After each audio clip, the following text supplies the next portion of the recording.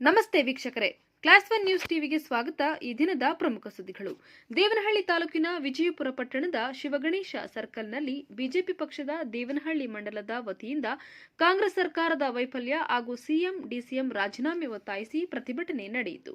ಚಿನ್ನಸ್ವಾಮಿ ಕ್ರೀಡಾಂಗಣದಲ್ಲಿ ರಾಜ್ಯ ಸರ್ಕಾರದಿಂದ ಆರ್ಸಿಬಿ ತಂಡಕ್ಕೆ ಅಭಿನಂದನೆ ಸಲ್ಲಿಸಲು ಹಮ್ಮಿಕೊಂಡಿದ್ದ ಸಮಾರಂಭದಲ್ಲಿ ಸೂಕ್ತ ವ್ಯವಸ್ಥೆ ಕಲ್ಪಿಸದೆ ಸಮಾರಂಭ ಆಯೋಜನೆ ಮಾಡಿದ್ರಿಂದ ಕಾಲ್ತುಳಿತದಿಂದ 11 ಜನರ ಸಾವಿಗೆ ಕಾರಣವಾಗಿದ್ದು, ಕಾಂಗ್ರೆಸ್ ಸರ್ಕಾರ ತಕ್ಷಣ ಈ ಘಟನೆಯ ನೈತಿಕ ಹೊಣೆ ಹೊತ್ತು ಮುಖ್ಯಮಂತ್ರಿ ಸಿದ್ದರಾಮಯ್ಯ ಮತ್ತು ಉಪಮುಖ್ಯಮಂತ್ರಿ ಡಿಕೆ ಶಿವಕುಮಾರ್ ರಾಜೀನಾಮೆ ನೀಡಬೇಕು ಅಂತ ತಿಳಿಸಿದರು. ರಾಜ್ಯದಲ್ಲಿ ಕಸ ವಿಲೇವಾರಿ, ಕುಡಿಯುವ ನೀರಿನಿಂದ ಹಿಡಿದು ಅಗತ್ಯ ವಸ್ತುಗಳ ಬೆಲೆ ಏರಿಕೆ ಮಾಡಿದೆ. ಸಬ್ ರಿಜಿಸ್ಟರ್ ಇಲಾಖೆಯಿಂದ ಎಲ್ಲಾ ಇಲಾಖೆಯಲ್ಲೂ ರೇಟ್ ಹೆಚ್ಚಿಸಿದೆ. ರಾಜ್ಯದ ಜನತೆಗೆ ರಾಜ್ಯದಲ್ಲಿ ಕಾನೂನು ಸುವ್ಯವಸ್ಥೆ ಸಂಪೂರ್ಣ ನೆಲಕಚ್ಚಿದೆ ಅಂತ ಬಿಜೆಪಿ ಪಕ್ಷದ ದೇವನಹಳ್ಳಿ ಮಂಡಲದ ಅಧ್ಯಕ್ಷ ಅಂಬರೀಶ್ ಗೌಡ ಪ್ರತಿಭಟನೆ ಮುಖಾಂತರ ಒತ್ತಾಯಿಸಿದರು. ನಂತರ ಬಿಜೆಪಿ ಮುಖಂಡ ಓಬದೇನಹಳ್ಳಿ ಮುನಿಯಪ್ಪ ಮಾತನಾಡಿ, ಕಾಂಗ್ರೆಸ್ ದುರಾಡಳಿತದಿಂದ ಜನರು ಬೇಸತ್ತಿದ್ದಾರೆ. ಗ್ಯಾರಂಟಿ ಯೋಜನೆ ನೀಡಿ ಪ್ರಚಾರ ಪಡೆದ ಸರ್ಕಾರ ಒಂದು ಕೈಯಲ್ಲಿ ಫಲ ನೀಡಿ 10 ಕೈಯಲ್ಲಿ ಜನರಿಂದ ಕಸಿಯುತ್ತಿದೆ ಅಂತ ತಿಳಿಸಿದರು. ಬಿಜೆಪಿ ಜಿಲ್ಲಾ ಪ್ರಧಾನ ಕಾರ್ಯದರ್ಶಿ ಎಚ್ಎಂ ರವಿಕುಮಾರ್ ಮಾತನಾಡಿ, ದೇಶದಲ್ಲಿ ಜನಸಾಮಾನ್ಯರ ಮೇಲೆ ಹೊರೆಯಾಗುವಂತಹ ಯಾವುದೇ ಯೋಜನೆಯನ್ನ ಕೇಂದ್ರ ಸರ್ಕಾರ ಜಾರಿಗೊಳಿಸಿಲ್ಲ. ಆದರೆ ಜನವಿರೋಧಿ ನೀತಿಯನ್ನ ಜಾರಿಗೆ ತಂದು ಬಡವರು, ಕೂಲಿ ಕಾರ್ಮಿಕರ ತಲೆಯ ಮೇಲೆ ಹೊರೆ ಹೊರಿಸುತ್ತಿದ್ದಾರೆ ಅಂತ ತಿಳಿಸಿದರು.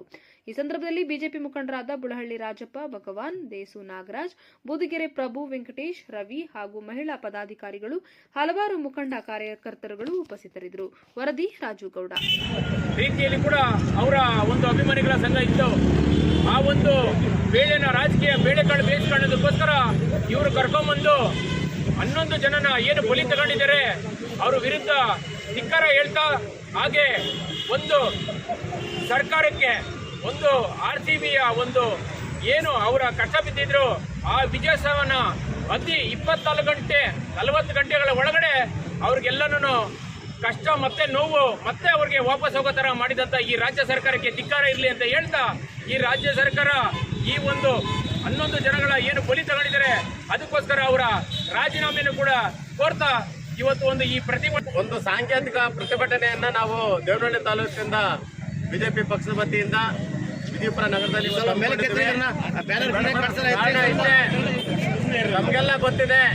ಇವತ್ತು ಆರ್ಸಿಬಿ ತಂಡ ಕ್ರಿಕೆಟ್ ಅಲ್ಲಿ ಗೆದ್ದು ಬಂದ ಮೇಲೆ ಒಂದು ವಿಜಯೋತ್ಸವ ಕಾರ್ಯಕ್ರಮಕ್ಕೆ ವೈಫಲ್ಯನೇ ಅಂತೇಳಿ ಇವತ್ತು ನಾವು ಅದ್ರ ವಿರುದ್ಧ ನಾವು ಪ್ರತಿಭಟನೆ ಮಾಡ್ತಾ ಇದ್ದೀರಿ.